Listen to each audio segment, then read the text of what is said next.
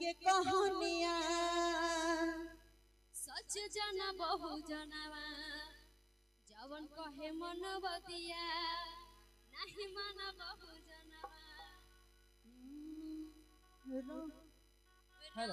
चाहे कृष्णा के पुजारी ना रहनी हेलो हेलो कि गुरुजी रहनी संत बिचारी चमत्कारी ना रहनी। हेलो इसके दिखाइए ठीक है। सतगुरु के कहानिया सच जाना बहु जनवा जवन कहे मन बतिया नहीं माना बहु जनवा। सतगुरु के कहानिया सच जाना बहु जनवा लीजिए जवन कहे मन बतिया नहीं माना बहु जनवा।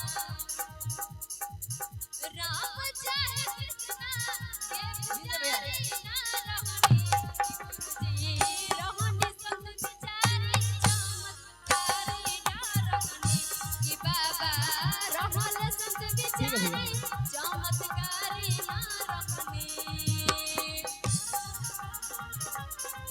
बहुत बहुत धन्यवाद। अंकुश कुमार की तरफ से 100 रुपए का पुरस्कार आया हुआ है। Good good.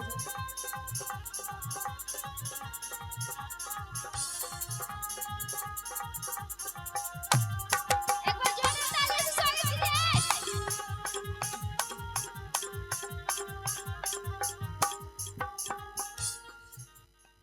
बाबू न होला देहिया हेलो हेलो हेलो मनवा के हेलो भीतर होला सब बजे कर मानुता गंगा जैसन पवित्र होला।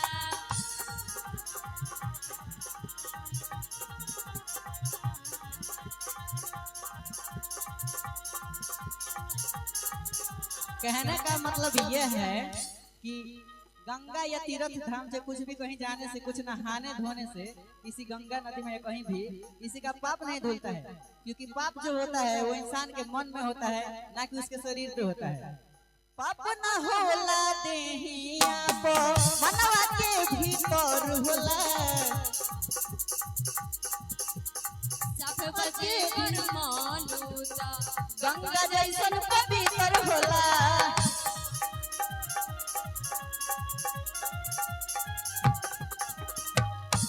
होला देहिया मनवा के भीतर होला सब बजे कर मानुता गंगा जैसन पवित्र होला। कहना चाहूंगा कि रामानुज रविदास की तरफ से ग्राम अहमदपुर बेलागंज ग्राम, उनके तरफ से 500 रुपए का पुरस्कार आया है। बहुत बहुत धन्यवाद। हम दोनों की तरफ से आपको नमस्कार प्रणाम। जय रविदास, जय भीम, नमो बुद्धाय।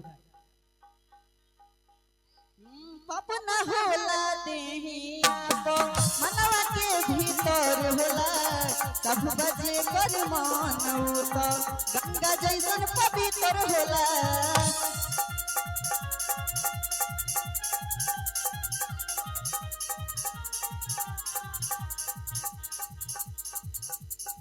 देखो उठा के इतिहास हो ये बस सच्चा बात हो यह बस सच्चा बात हो।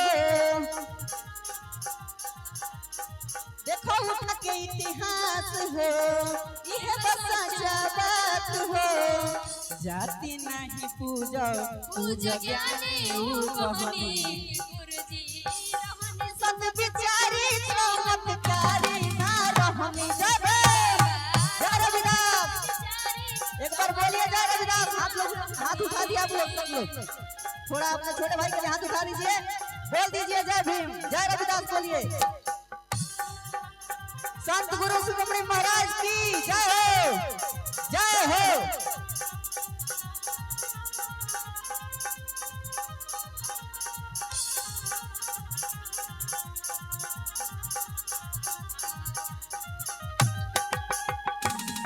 चमत्कारी ना रहनी कि बाबा रहनी संत बिचारी चमत्कारी ना कोइने मनुआ दी उनके बंद कारोबार हो, यही से जानवा दिहल मार हो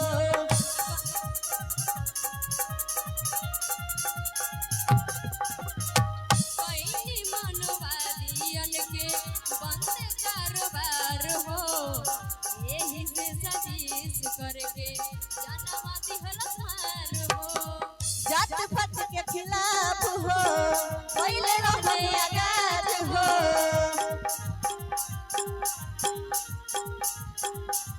जात पात के खिलाफ हो पहले रहले आजाद हो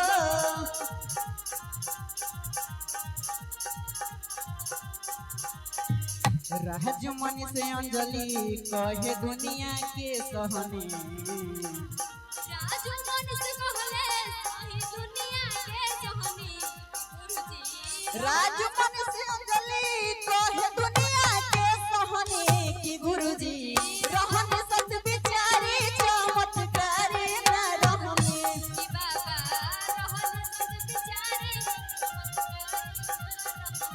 की बाबा रहन सत बिचारी चमत्कारी न रहने रहन सत बिचारे चमत्कारी ना रहनी रहन सत बिचारी चमत्कारी न रहने